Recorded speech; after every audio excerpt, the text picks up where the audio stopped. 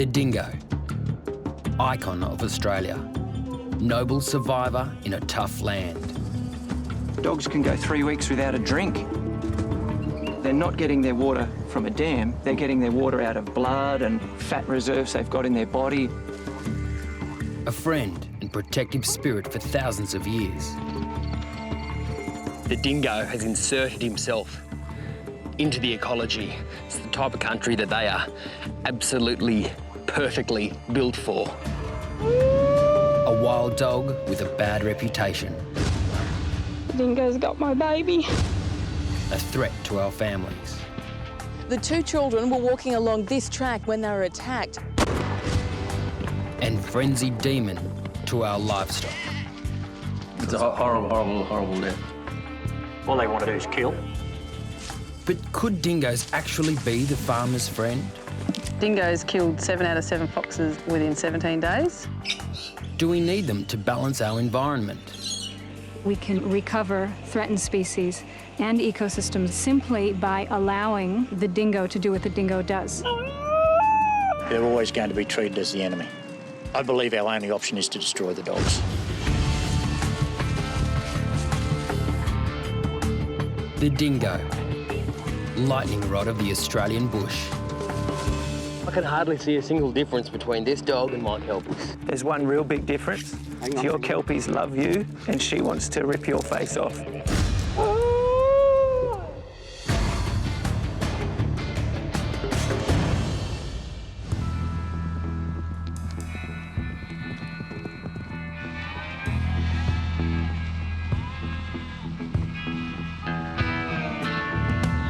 Dingoes can ruin your day. They can run you right out of business. Wipe out a year's profit in just one night. Walk on sheep, walk on sheep. I know. I'm a sheep farmer and dog trainer. My name is David Graham. I grew up farming sheep and cattle. It's in my blood. My whole life I've been taught that dingoes are the enemy. For generations, my family's trapped, poisoned and shot them, but they always come back. And now, it seems like they are more of a threat than they ever were. Good dogs, good dogs, good dogs. Steady now, steady dog. Dogs are my life. Can't run a station without them, and I've been training them for years. I know I'll make them tick. I just can't get a handle on dingoes. As a farmer, I fear them. But as a dog trainer, I respect them. I admire their independence. I've got to believe there's a way to control them without wiping them out.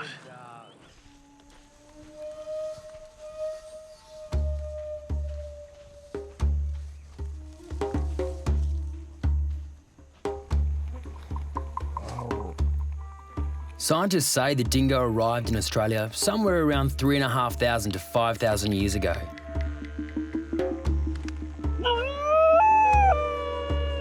Sandy, black, or somewhere in between, they're all dingoes.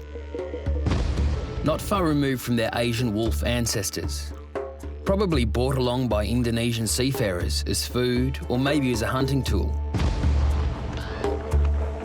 When dingoes got to Australia, the apex predator was the thylacine, the Tassie tiger. The dingo was bigger than most Tassie tigers and a far more adaptable hunter. They competed for food and territory, and dingoes most likely hunted down their smaller competitor.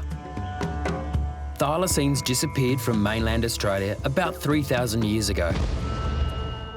The last one died in a Tasmanian zoo in 1936. And now they're gone forever.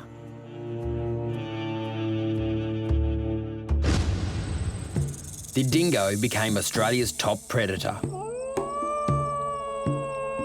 For thousands of years, Indigenous Australians lived with the dingo.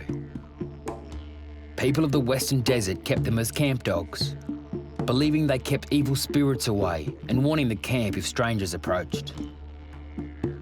But they weren't pets for long.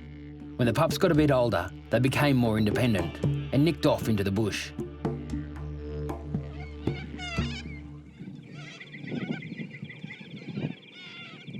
When Europeans arrived with sheep and cattle, we dug bore wells all over this hot, dry country. Suddenly there was fresh water where none had existed. The numbers of animals shot up, including dingoes. And we did something else. We brought domestic dogs. They've escaped into the bush and interbred with dingoes. The result seems to be a more fearless wild dog that's spread across Australia. And calves and sheep are an easy target.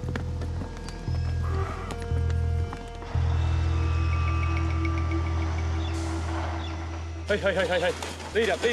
Today, my prime lambs are going to auction. Follow along. Hey. Dingoes or wild dogs, it doesn't matter. Seems like us farmers are at war to protect our livelihood.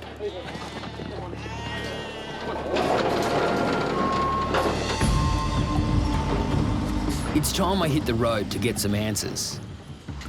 How big a problem are dingoes? Where do they fit in the ecology of Australia? And how can we live together on this land?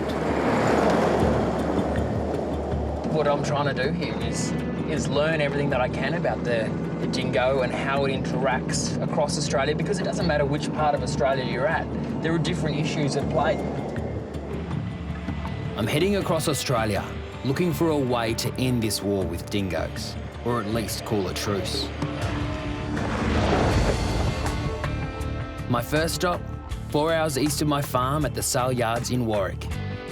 It's an area that didn't used to have dog problems until recently. With the drought broken, this land is green. The numbers of every animal out here has exploded, including dingoes. I'm in 78.50 everything now. Where are you fellas? Up they go, solid, GR. You know, Australia used to ride on the sheep's back, but in the last few years, there's been a lot of changes. The major change being there are so few farmers in the industry compared to what there used to be. Those that are left are facing a new crisis. That is one from wild dogs. A problem we haven't seen for 50 years. And in each of these pens, you see a farmer's profit or the damage that a single dog can do in one night. G'day, I'm Dave.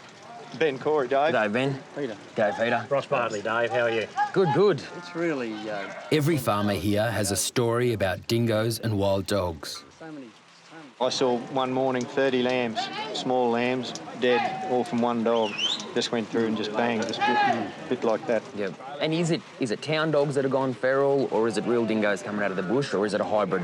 Real dingoes, there's both. You'll see the domestic dogs that go feral. They're probably worse than a dingo in some respects. But as I say, they've all got the same traits. All they want to do is kill. If you see any sort of dog chasing a flock of sheep around and maiming them, they automatically fall into the category of wild dog and need to be destroyed. It doesn't matter where the dogs come from, what his genetics are. If he's killing sheep, he's a problem. Oh, that's right. Absolutely. Peter, what would happen if the wild dog took a hold in this country and he wasn't controlled? Well, sheep are everything to us. We'd lose our bloody livelihood. We'd be finished. We're really getting into it now. They've been going for... These blokes are doing it tough, and the native dingo is in the firing line. So, Ross, do you reckon the native dog should be protected in any way? Well, I've yet to be convinced that they are a native dog. I don't believe they're really a native of this country. I reckon they're an introduced species. They're always going to be treated as the enemy. I believe our only option is to destroy the dogs.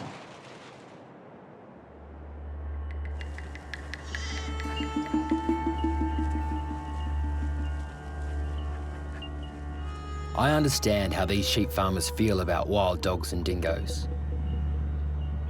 Basic canine instinct is they're hardwired to attack anything that runs away.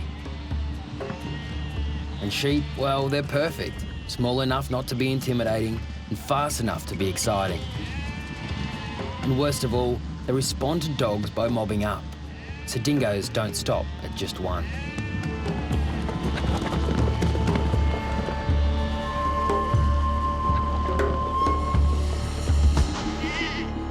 There's hundreds of wild dogs in isolated pockets doing a lot of damage. But it could be worse. There's a lot more wild dogs out there, and the only thing stopping them is the Dingo Fence. Only a few hundred kilometres away, there's a thin fence, And that's all that's there. And that's dividing all this grazing pasture land from the wild dogs. I want to see it for myself. I'm heading to a cattle station just across the fence in South Australia, where there are thousands of dingoes. There's precious few travellers out here, a reminder of just how vast Australia is.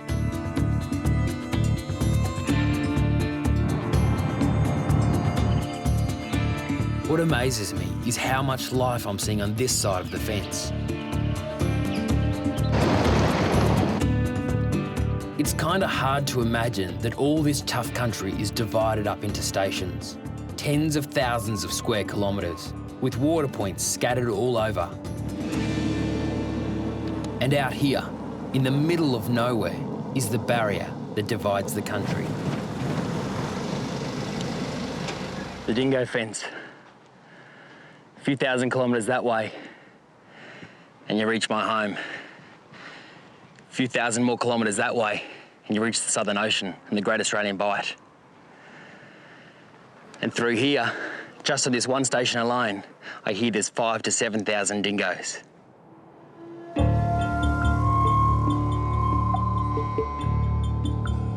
The fence runs over 5,500 kilometres, one of the longest man-made structures ever built. In fact, it's 3 times the length of the Great Wall of China.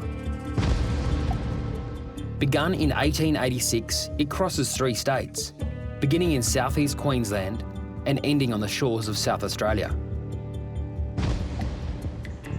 It was originally built to keep rabbits out of the northern grazing lands. Back in the early 1900s, sheep farmers realised that it might protect their whole industry from dingoes.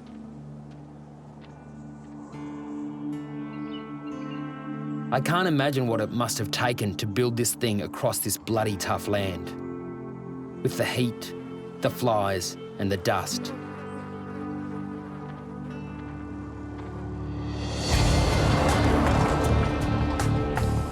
Across the fence is Quinniby Station. Covering 12,000 square kilometres, it stretches to the edge of the Strzelecki Desert. This is one of the largest cattle stations in South Australia, if not the world. I can tell right away that things are different on the dingo side of the fence. I haven't seen any roos, emus or goats. But I'm seeing plenty of signs that this is dingo territory. This is great. You know, usually when you come into a state or a town, there's a big sign saying, welcome to. That's exactly what this is doing. This dog saying, this is my country, and you're in it. And it's fairly good acrobatics to get that up there too, when you think about how high a dog is and how much he must have to... You get what I'm talking about.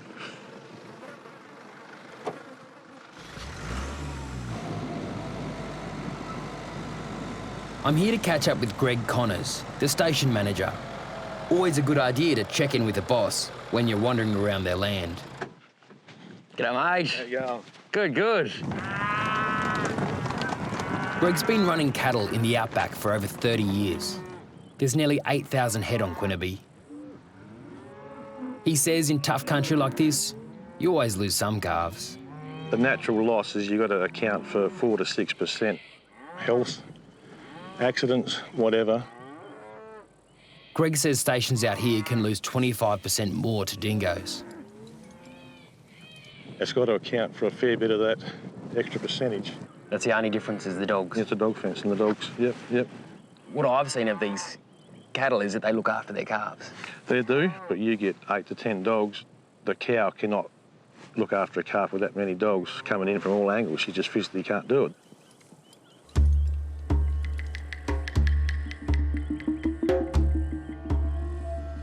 But it's not just outright predation that's a problem. Dingoes cause havoc on a more basic level: water. Here's a good example, Dave, of dogs chewing cables.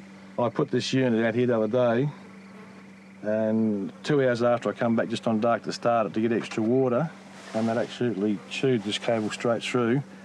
And if I hadn't been here at that time, well, obviously we would have been out of water. Crikey. So it's not just the direct predation on the livestock by killing them and harassing them, it's when they bugger up your wires and your water system that you don't have water, and that's when big numbers perish. You can happen very easily. They just like playing with things like your domestic dog does, and they'll destroy things. If it's there and it's chewable, they'll chew it. That's dead right.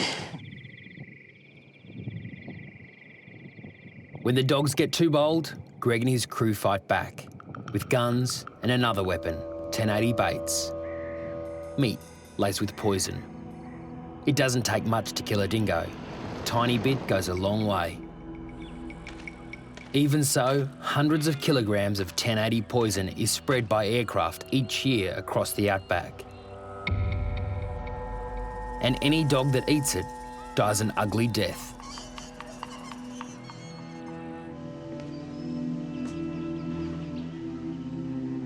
I'm seeing dingoes right around the homestead, and it's got me thinking about my own experience using poison. I'd come to the conclusion that baiting didn't work. The baiting was really ineffective with dingoes, and you ended up hurting your own dogs more than you hurt wild dogs. But after seeing what he has to contend with out here, it really is the only way. And I think that's what I'm learning, is that there are solutions for areas, for certain places. It is not a one size fits all.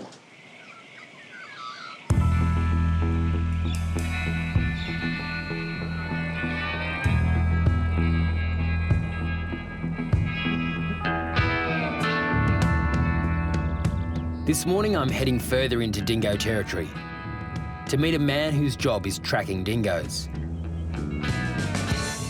This is about as outback as it gets.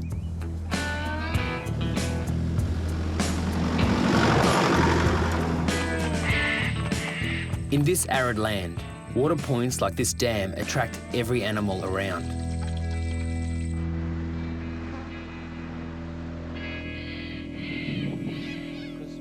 Ben Allen researches dingo management for New South Wales Department of Primary Industries.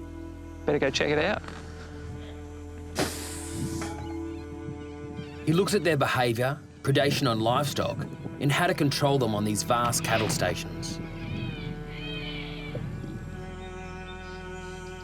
He's got 9 dingoes out here with GPS collars on them. And the fastest way to track them is from the air.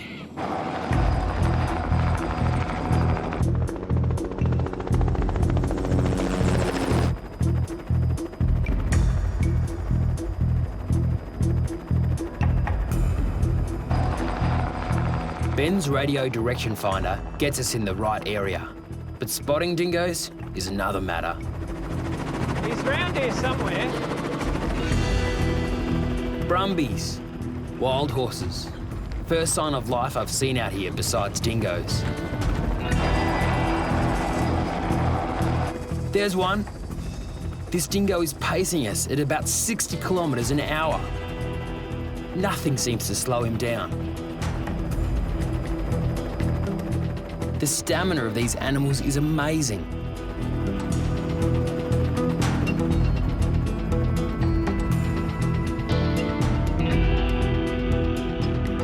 Tracking these animals gives Ben information about where they go and what they do, like never before. And he's got more collars to put on these dogs. Getting this data from this stuff's like Christmas morning. I can plug this thing into the computer and get a GPS point for every half hour of his life for the last 12 months. That's a phenomenal amount of information. Oh, you can see who he hung out with, when he hung out with them, when he went and had a drink, when he didn't have a drink. And through some of this stuff, we found out dogs can go 3 weeks without a drink. 3 weeks? 3 weeks. Well, they obviously need water. They can't go without water, but they're not getting their water from a dam. They're getting their water out of blood and maybe the fat reserves they've got in their body and that sort of stuff. They're not getting it from a puddle. We've got collars on several pack members of the same pack, and we've got that in several packs.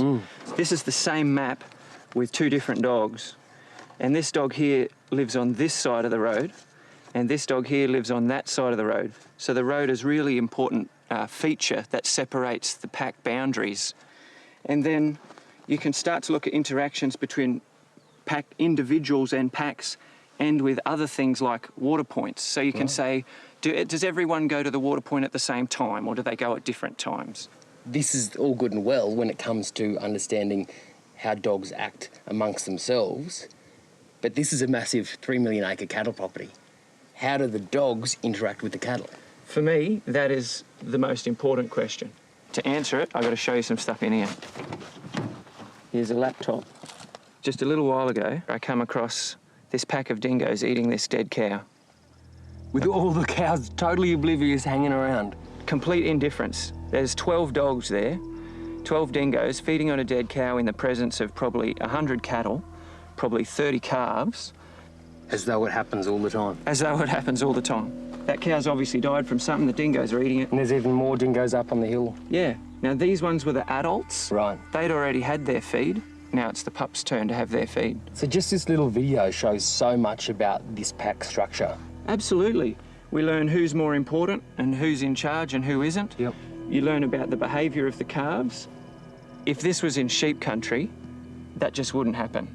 Sheep don't react that way to dogs. Sheep bleat, they form a big group, they carry on, and dogs just have to kill them. They're hardwired to kill things that run away. When they see the movement, when they see the noise, they have to do it. Yeah, which is why on this side of the fence it's just all cattle stations. Absolutely. Dogs and cattle can live together under the right management. Dogs and sheep just can't live together.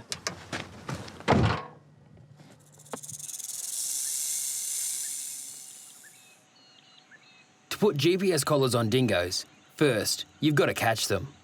Not so easy on a station this big. We're checking traps Ben set across the desert.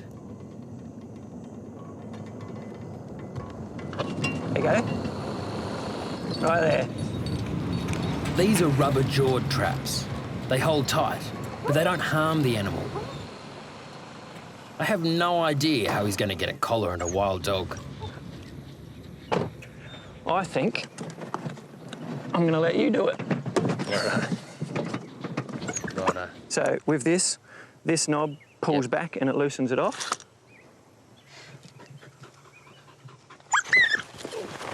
There you go, beautiful. Pin him down. Drop the pole. She's right now. This is extraordinary. I'm looking at the face of this dog, and I can hardly see a single difference between this dog and my kelpies. There's one real big difference. Your kelpies love you and she wants to rip your face off. So we're going to put this on. So she's right now. Let's put this collar on. First up, before we let her run away with $5,000 of equipment, we make sure it's working. Wave a magnet.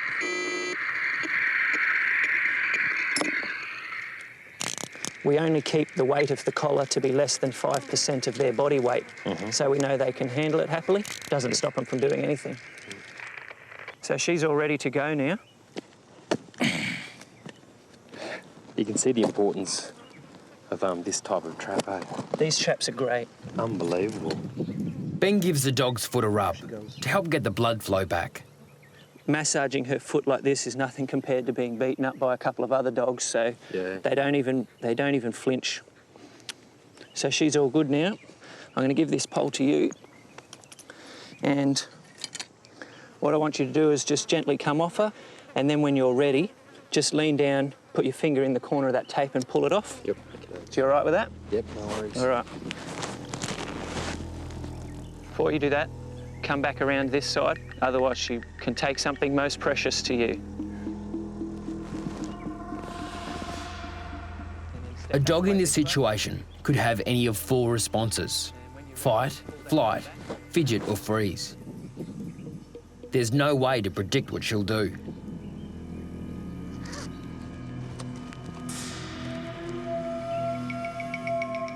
She's free, she just doesn't know it yet. She's frozen. As a dog trainer, I've seen this reaction before. Yeah, there's a behaviour that I know very, very well. That was a look away, which to me says, if I look away, I'm not going to attack you, so don't you attack me, which is Classic very submissive, dog tail between her behaviour. legs, ears down, looking away. All the things that you'd read in a good dog handling textbook. Exactly. I don't think she's going to go anywhere. What we might do, I reckon, is if we get back in the car and maybe back off, she might get up and just wander off.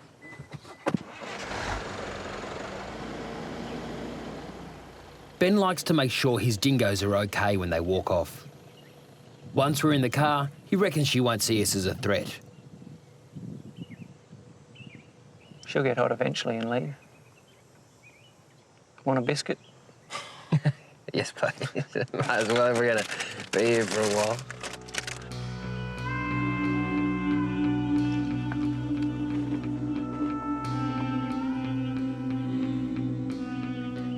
There she goes.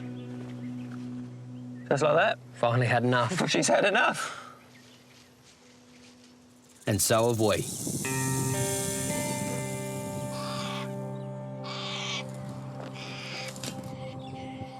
We make camp back at the dam. Even with us moving around and making a racket, dingoes still come in to check us out. There's a lot of dingoes on this side of the fence. They may take a calf, but it's not their primary diet. They're mostly out hunting rabbits and other small mammals at night.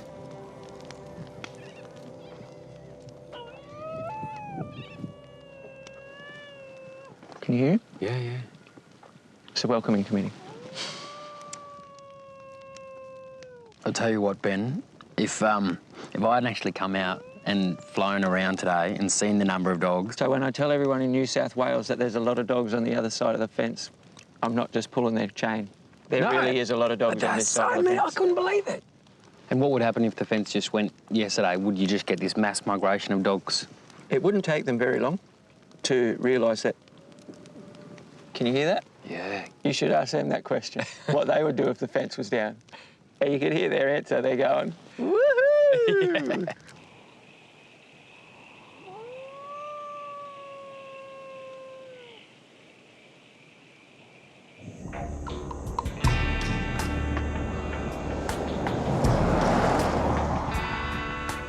Out here, dingoes are adapted to hot and dry.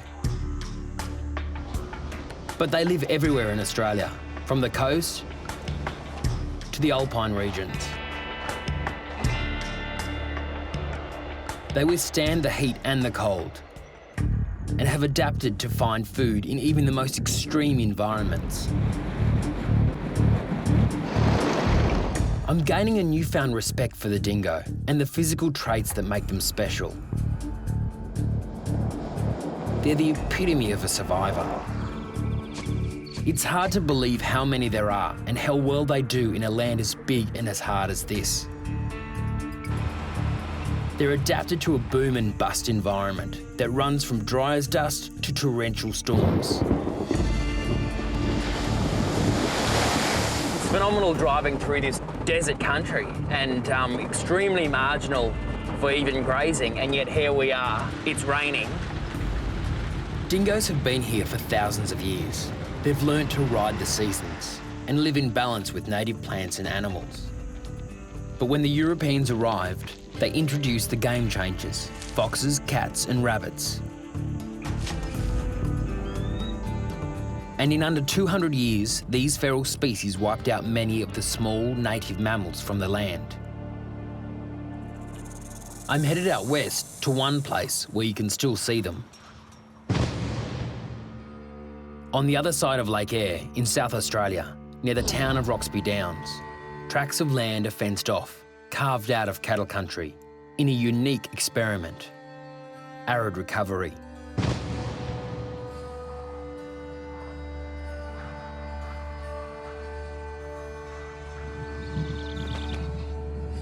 Behind the fences, scientists are looking at how native mammals influence the land, the effects of cats and foxes, and the role of dingoes.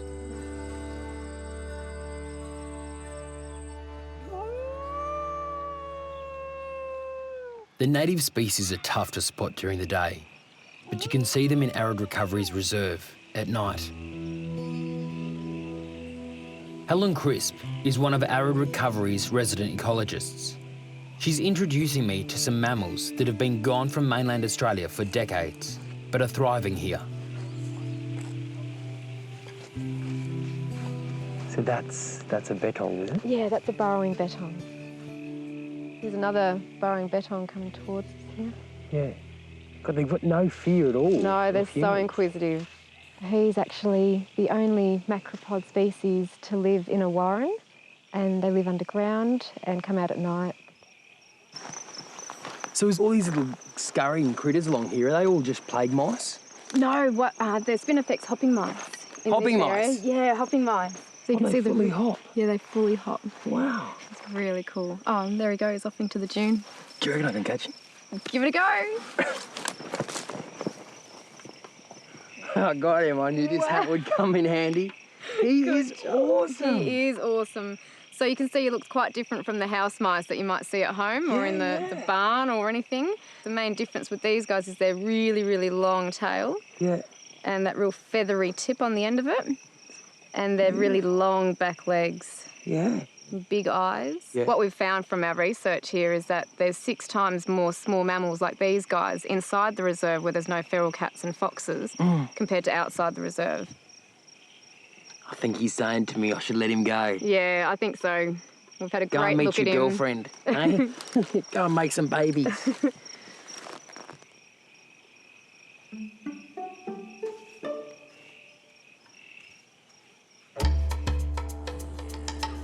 One of Helen's jobs is to patrol the perimeter of the reserve, some 70 kilometres of fences.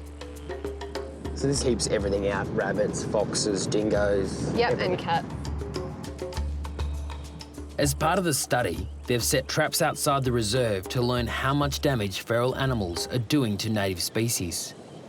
Oh, wow. Black one. Yeah. Here we've got a feral cat. We'll dispose of him and we'll check out what he's been eating.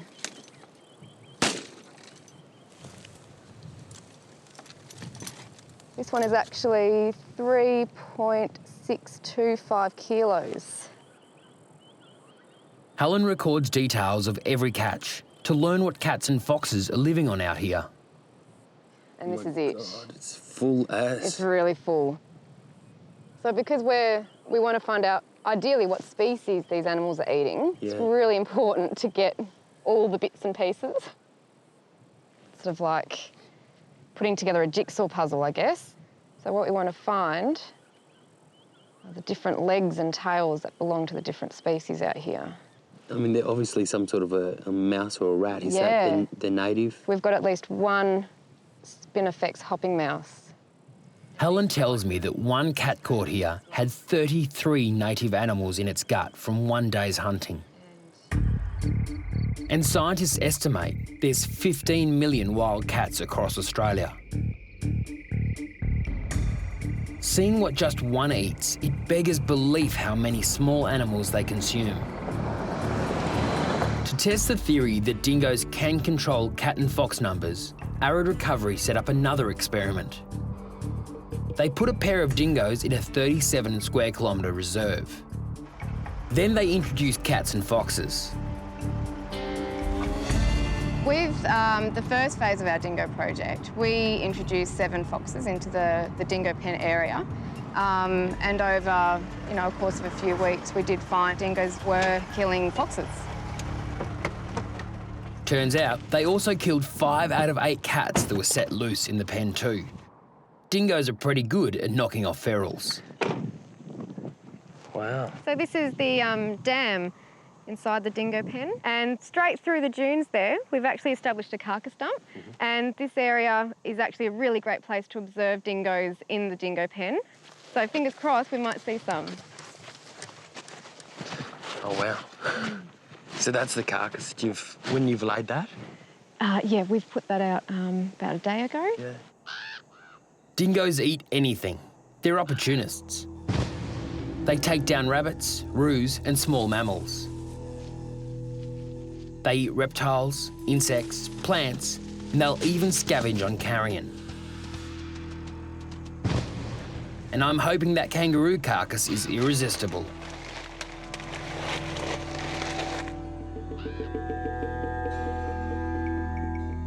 Now it's a waiting game, trying to keep still, and my eyes open.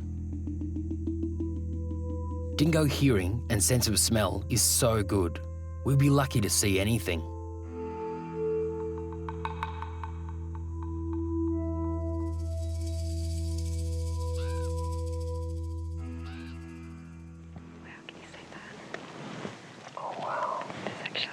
There's a couple of juveniles coming into the carcass dump. These would be last year's pups, would they? Yeah, it looks like it, just by the size of them. Now, what's the likelihood that the parents would keep observing their pups and be in the local area but avoiding the fact that we're here? Yeah, I reckon it's pretty likely. When I saw the pups a couple of weeks ago, I actually heard howling. The howling was most likely coming from one of the parents, but I did not see them at all. So. But they are cute. They are cute, yeah.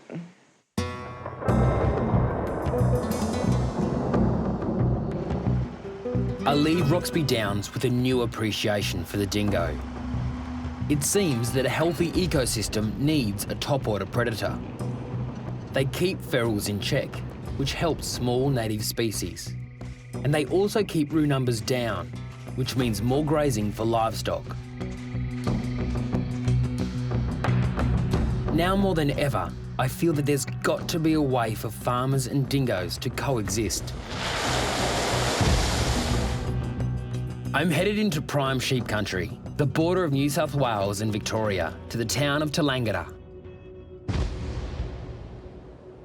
This country couldn't be more different from the desert. But even here, they've got trouble with dogs.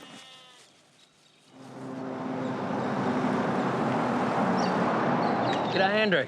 Dave, is it? Yes. How you going, mate? Hey, how are you? Good. Now, I hear you. Oh, come in. I think Benny's got a cuppa on somewhere. G'day. Dave, I'm Linda. G'day, Nice to how meet are you. you? Good, thank you. Please have a seat. Thanks.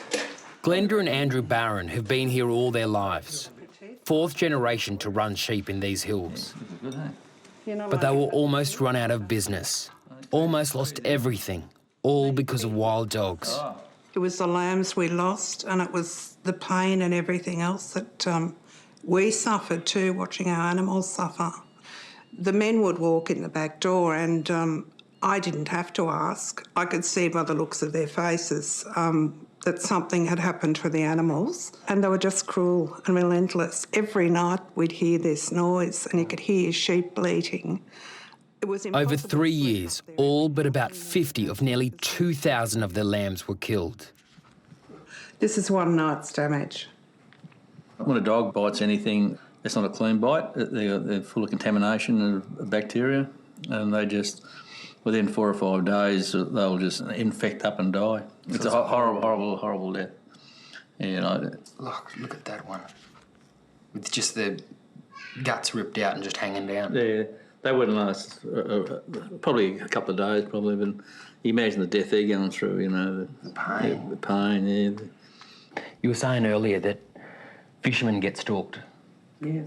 in this high country by these packs of wild dogs. The men rarely ever go up the hills now without a gun, in case they see a dog. One of my sons and the grandchildren all love fishing. It's only a matter of time, and they are getting gamer and gamer. Andrew and Glenda were at the end of their tether when they decided to take one last shot at preserving their livelihood. 6 years ago, they bought 2 Maremma guardian dogs and raised them from pups to guard their sheep. Maremmas originated in Italy over 2,000 years ago, bred to protect flocks against wolves. With their floppy ears and calm disposition, they don't scare the sheep. They identify the flock as their companions, and they'll protect them against any intruder, even people they don't know. Hello. So these guys here is what's changed your whole operation and made you able to stay in sheep? They're my lifesavers, these blokes. Yeah, the old bloke there. Andrew says that since the Maremmas joined his flock, the attacks have stopped. The old bloke's, he's a bit of a loner, but off he goes.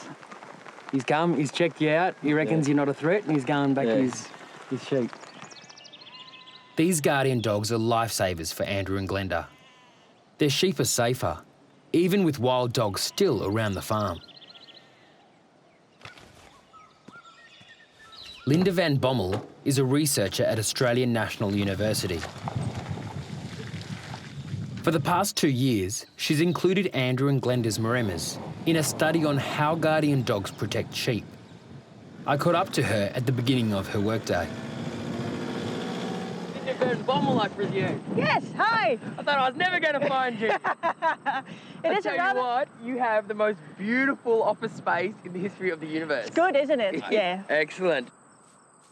What you're trying to do here is understand how it is that the Maremas actually do their job. Yes, because, well, it's pretty obvious that they're very good at protecting sheep or cattle or whatever other livestock people have. But how do they do it? Linda's using sound and scent to test the Maremas' reactions to wild dogs. So we're going to set it up kind of a bit sheltered on this bush. The dingo's howl is like a territorial sign. Linda wants to know how the guardian dogs respond. She sets up the speaker, some remotely triggered cameras, and a little dingo urine. Scent is really important for dogs. If you have a wild dog or a dingo come through on the property, you don't expect it to only make a noise, but as any dog, it'll just lift its leg. So I'm really interested in finding out how the Maremas react to that as well. Linda programs a timer to set off the speaker after we've hidden. The Maremas are nearly 1 kilometre away, keeping an eye on their sheep. From the cover of the bush, we keep an eye on the dogs.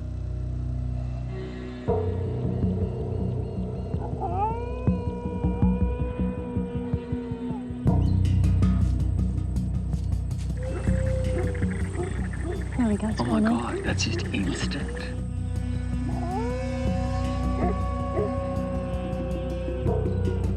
Even at this distance, the Maremas are up and looking for the enemy.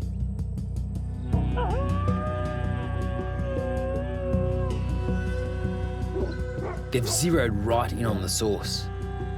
If it was a real wild dog in this paddock, he'd be facing some stiff resistance.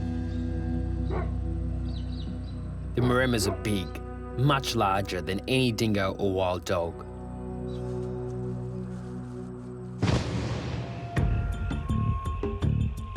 The remote cameras show that wild dogs are still around and active at night, and so are the Maremas. Linda says the sheep are safe because the Maremas have marked this area as their territory. And in the dog world, you don't trespass without a fight.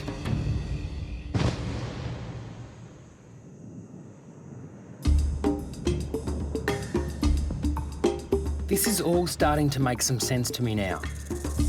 Maybe guardian dogs are part of the solution I've been looking for. But Maremas can't protect stock on the massive cattle stations. There's just too much land.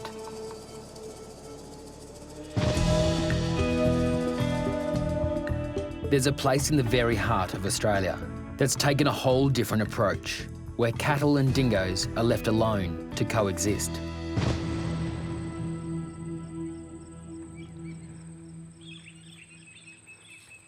This remote cattle station is a study site for Arian Wallach, an ecologist with James Cook University. With her is author and researcher Adam O'Neill. They say this place is different because for the last year, dingoes here have been left in peace. Well, here we are in Dingo Utopia. What do you think of the dam? It is amazing how the water's not fouled up at all. And the amount of vegetation I'm seeing around the dam is astonishing. What's especially surprising is all the new growth of plants that herbivores love to eat. And Arian and Adam say it's all because of the dingo. That's a mulga. Now that is so special. Oh, Without the dingoes, this thing would never survive. It'll get munched off by rabbits, kangaroos, cows. So on all your travels, Dave, have you ever seen anything like this environment around this dam? Man, I've got to be honest with you. Palatable vegetation like this around a waterhole is unheard of. I mean, the behaviour of livestock is, it's easier, if you get a feed right where you're having a drink. And so when the cows come in, the calves, of course, are going to have a bit of a feed around, and you're going to lose all the vegetation. Exactly. And water is also the center of the dingoes' lives. It's the center of their territories. It's where a lot of their hunting and communication happens. And so if dingoes are allowed to persist, you actually get the grazing moving out, because this is the most dangerous place for a herbivore to be. So in fact, the dingoes are actually allowing for regeneration around water. As we see here. Aaron and Adam believe that dingoes can help restore the ecology on a station. I get how more vegetation would mean more prey animals for the dingoes, so they'd leave the cattle alone.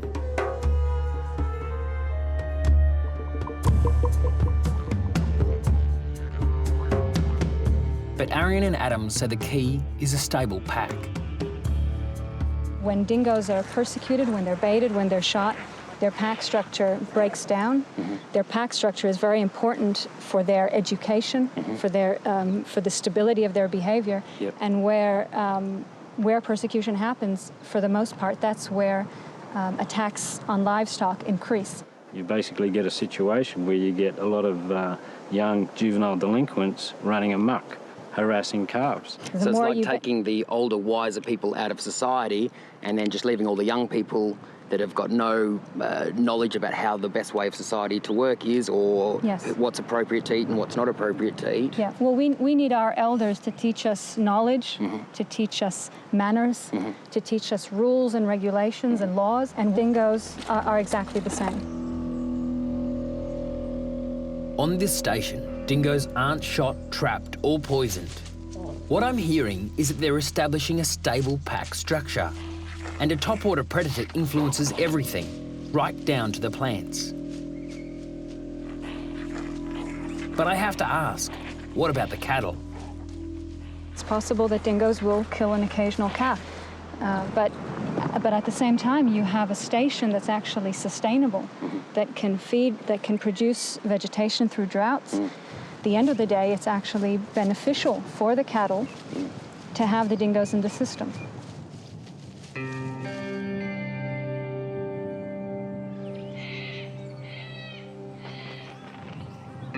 It's a pretty compelling theory that dingoes can actually benefit a station like this. Looking over this land, I've got a whole new view on the dingoes' role out here.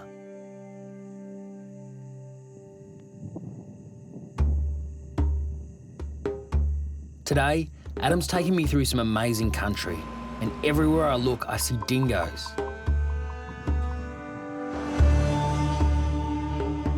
These animals aren't familiar with people. They don't know to be afraid.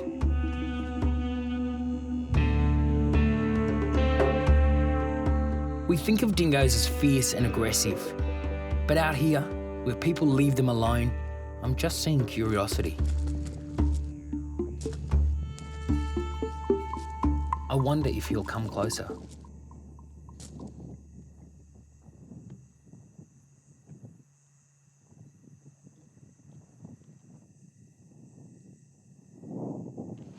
What I'm going to try and do is make really little weird noises. So the dog's going to try and check me out. Hopefully, get a bit closer.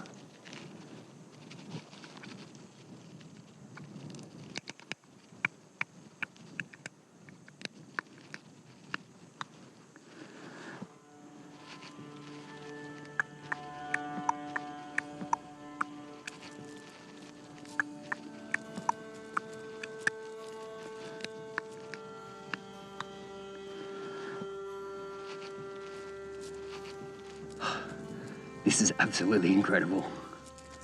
We're on thousands and thousands of square kilometres on this station, and to be able to be this close, it's unbelievable.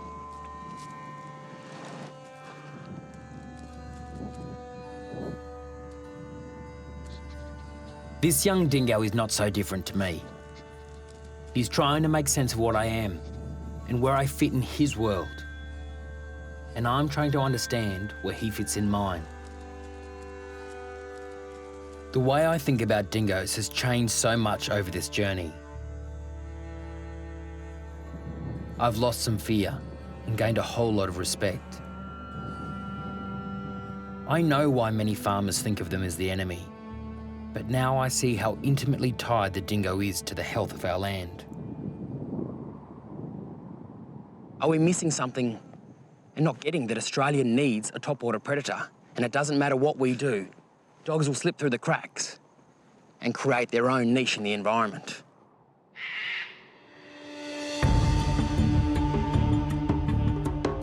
And maybe there's a different solution for every situation. Some farmers might have to control dog numbers. Others may be able to use guardian dogs. And for still others, maybe leaving the dingo alone will impose a natural balance on the land. As a species, they have every right to exist. It seems we might need them more than we think. One thing I do know, I can't imagine Australia without them. For the first time in my life, I'm making camp in the bush, and I'm actually glad to know the dingoes are out here.